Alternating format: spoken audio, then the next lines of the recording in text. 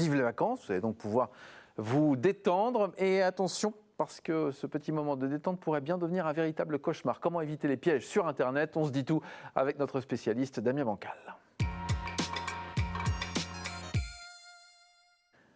Damien, bienvenue. Merci Bonjour. de nous rejoindre. Vous êtes à chaque fois le bienvenu, évidemment, pour nous éclairer sur les pièges que l'on peut trouver sur Internet. Vous êtes notamment spécialisé dans la cybersécurité avec votre site internet zattaz.com. On s'intéresse donc à ces locations de vacances et vous allez nous donner quelques conseils pour éviter de tomber dans les pièges. C'est ça. Si vous voulez pas vous retrouver comme moi en sueur devant une décharge alors que vous pensiez avoir loué un petit appartement du côté, je sais pas moi, de Brédune ou de Marseille, faites attention à ce que vous faites sur les réseaux sociaux et aussi donc sur ces sites de petites annonces. De quoi faut se méfier? De tout. Je vais être très écoutez, clair avec vous. rassurant. La différence avec une agence de voyage, c'est qu'on a un humain qui vous présente des catalogues et on peut lui poser des questions. Sur les internets, c'est plus compliqué. C'est simple, hein, on se retrouve avec de belles annonces et de belles photos. Alors d'abord, on vérifie quoi? Eh bien, le prix. N'est-il pas trop attrayant? Ce superbe 600 mètres carrés avec triple piscine à 2 étages, proposant vue sur la mer et la montagne pour 200 € par mois, ça n'existe pas. Et pourtant, des gens se font avoir. On voit énormément de sites, et c'est là aussi le deuxième conseil, allez voir les avis. Une personne vous propose un conseil sur un appartement, sur en tout cas un lieu de villégiature, vérifiez qu'il existe vraiment comment. Est-ce qu'il y a eu des avis? Est-ce que des gens, oui c'était bien, non c'était pas bien, c'est déjà une piste. Autre petit élément important, contactez le propriétaire. N'hésitez pas, on lui envoie un mail, il y a conversation, hein. Demandez un numéro de téléphone. C'est mieux la voix. Oui, parce qu'il peut déjà y avoir un premier frein face à un escroc, à un arnaqueur. D'accord. On peut causer. Alors attention, Si la personne ne veut pas vous donner son numéro de téléphone, déjà, il faut se méfier. Ah bah tant pis, merci, au revoir. Très bien, parfait. Je vais être très clair avec vous. Il ne veut pas me parler, nous ne nous parlerons pas. Mais donc je vais voir ailleurs. Le minimum, c'est de poser quelques questions. C'est aussi la relation humaine qui est importante. Bien sûr, vous avez raison. Même si des escrocs, on le verra tout à l'heure, peuvent aussi vous répondre au téléphone. Un autre élément aussi, ne payez jamais l'intégralité de votre location. Non, on ne paye pas l'intégralité parce que c'est urgent. Moins de 30%, on verse.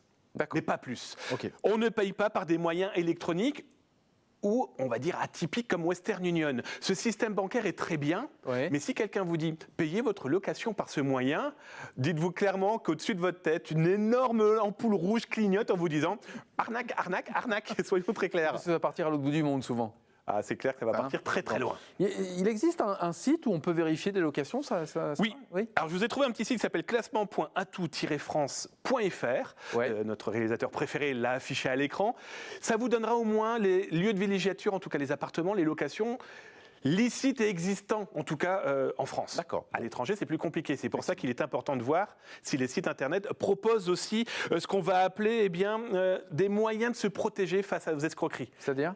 Ah bah le problème, c'est ça. Qu'est-ce que ça veut dire? Rien. C'est juste des jolis textes, des textes qui vous disent « on vous protège, prévenez-nous s'il y a un problème ». Le problème, c'est que si on est devant une décharge au lieu d'un appartement, le problème est là. Est-ce qu'on peut éventuellement... On se dit, tiens, allez, on va vérifier le lieu, on va aller taper sur Google.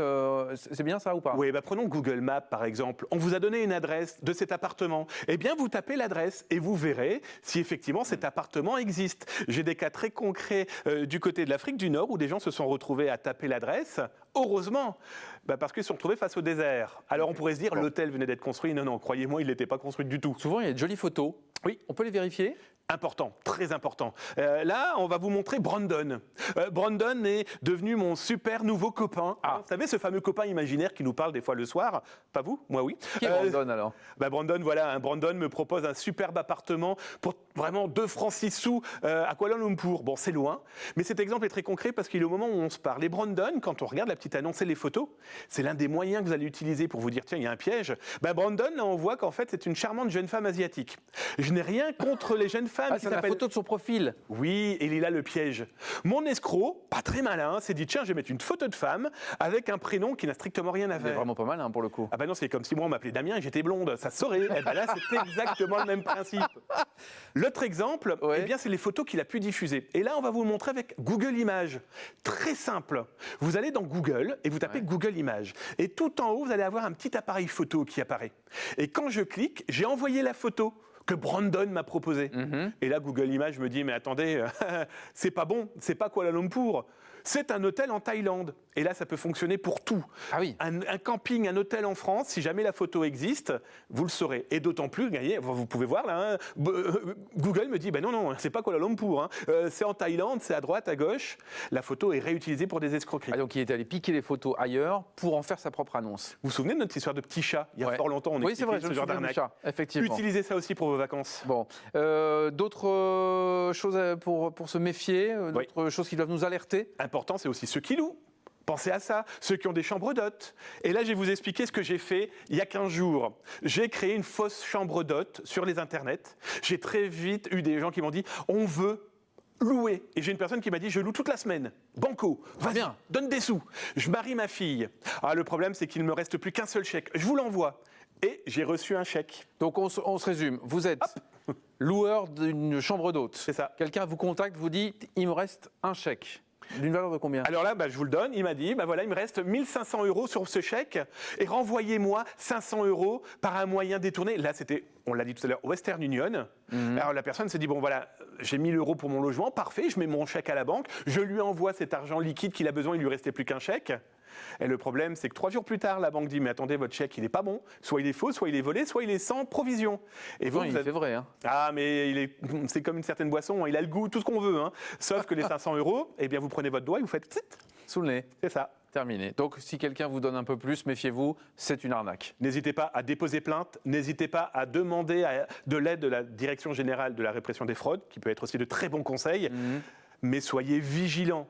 C'est souvent le problème, c'est maintenant, parce qu'on est tous dans la précipitation. On sait que même souvent des gens prennent leurs vacances quasiment une semaine avant d'être en vacances. Oui, c'est mon cas, par exemple. Attention, hein, n'oubliez pas ce serpent qui vous dit « aie confiance ». Ne pas se précipiter. C'est ça. On va retenir ce petit adage pour les vacances qui arrivent, pour qu'elles se déroulent bien et qu'on se repose. Vous venez la semaine prochaine, avec grand plaisir. Et vous allez nous parler des vacances. On va parler des vacances, je vais vous ramener de quoi équiper votre informatique et aussi de quoi éventuellement protéger votre famille, papy, mamie. Eh bien, pendant que vous n'êtes pas là en vacances, ils vont peut-être utiliser l'informatique. Les éduquer un petit peu à 2-3 petits conseils. Vous comprendrez pourquoi j'ai découvert une base de données de plus de 60 000 retraités du Nord, de chez nous, dans les mains de pirates. Qu'est-ce qu'ils veulent en faire de ces données? Très bien, rendez-vous lundi prochain à la même heure sur Weo. Merci beaucoup Damien. Bancal, zatas.com pour votre site internet et weo.fr pour revoir cette chronique pour ne pas se faire avoir.